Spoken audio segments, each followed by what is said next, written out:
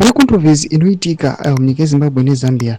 Panozikanwa nyika yese kuti marelations ari pakati Zimbabwe neZambia they are tight and pane matensions aripo. Pane chitiko chinoitika chekuti pana minister wemunyika yeZambia anga ari pawanted kudaro mukomana uyu anonzi munhu anenge amuwana anorewardwa with something, but pane chitiko chinozoitika kuti anobva aonekwa ari munyika yeZimbabwe. Sandapinda masvika mudanyigwa pana abudubva subscribe like turn the bell icon.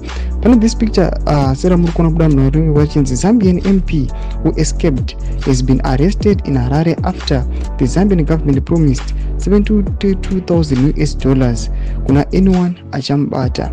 Tipina munhu wanyora vachiti Emmanuel J. Banda, a fugitive Zambian lawmaker with a 72,000 bounty on his head, has been apprehended in Zimbabwe, Zambia's Home Affairs Minister announced on Wednesday.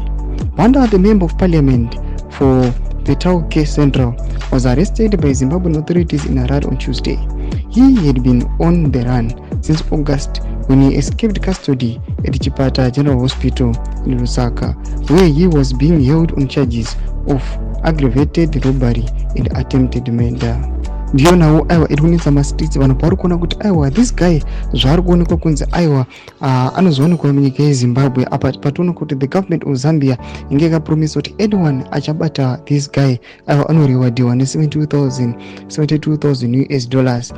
Tichitarisa marelations ari pakati peZimbabwe neZambia, vanhu vanova nemaquestions achiti saka chichi chaitika, who is going to be given this 72,000 or Zambia ichangogara ingori nemari. Sezvamuziva kuti Zambia haidzi kumashure, hakaenda Hichilema kana kuti kune vanhu vanenge vatomutadzira murume uyo aratidza kuti anenge anoti nonoke kuregerera. Tudze mafungiro enyu munoti kudii pamusoro pechitiko ichi chinoonekwa kunzi pakati penyika yeZimbabwe neZambia nematensions aripo ingabuda here mari. Tudze mafungiro enyu pene comment section medu.